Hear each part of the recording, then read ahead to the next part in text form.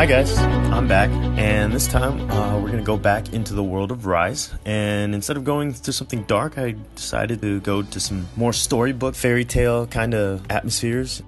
This time, instead of doing dark architectural feature, I wanted to do something a little more free, so we're going to go with some organic environments.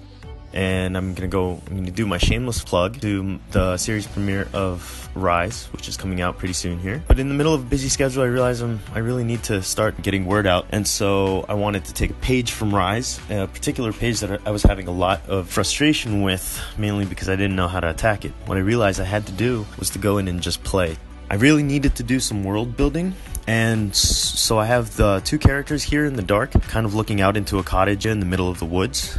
Here, I wanted to combine some light elements with some dark elements, so in order to play, I was going to work with really organic forms, and instead of planning something out, I wanted to just kind of walk into this world and flesh it out as I go. So to start off, I have a basic underpainting of the scene.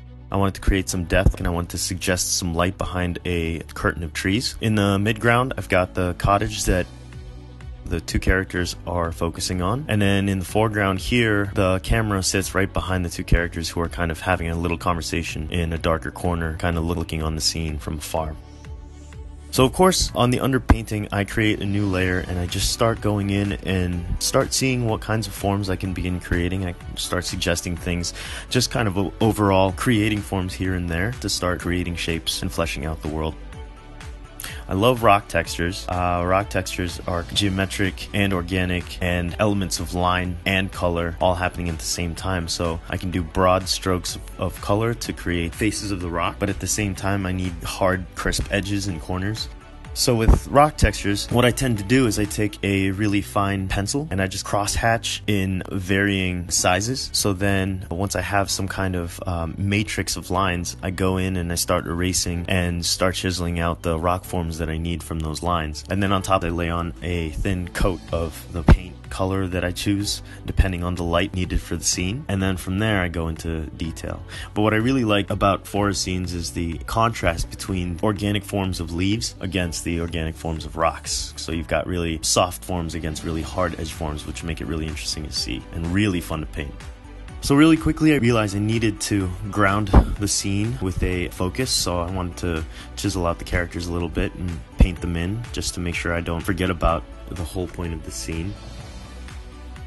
And so as I go, sometimes I realized that I used to tend to paint in black and white and grayscale. And very recently in my work, I started to go in and paint with broad strokes of color. I'm going back to my training in oil painting and acrylic, and I'm starting to realize that the work is coming out much faster and much easier and much more fun when I go right into the paint, because the world building starts happening from there. I look at it like always watching how the light behaves in the space rather than just forms. And so I find myself kind of staying away from lines and moving more towards blocks of color instead. Now that I have the basic layout of the whole atmosphere, I need to start furnishing this forest with smaller artifacts like leaves. And so what I love about the digital painting environment is that cut and paste isn't really a way of cheating, but more a tool to better communicate what we try to do. For example, when I create a mass of leaves, I can cut and paste that somewhere else, and then I can cut away at it and shape it there. So it actually makes the workflow much faster, and it fills vast spaces like this much faster and much more effectively, so that I can see the world better and make better choices as I go along. Sometimes it's really hard to invent when you're trying to create a world that's more realistic. So one of the things that I have in this world is called the violet maple, which is one of the more fantastical, more magical elements of the world. And so I'm going to start creating that now just to show my readers, or just kind of give a suggestion of what this world is going to be like. It's not all realistic. There are elements of it that aren't really familiar, but need to be familiar enough that we can believe that it could exist. So the violet maple is one of those artifacts that I'm going to be bringing into the narrative much later, but I realized I need to kind of pockmark my pages with it just to make it present as early on in the story as possible.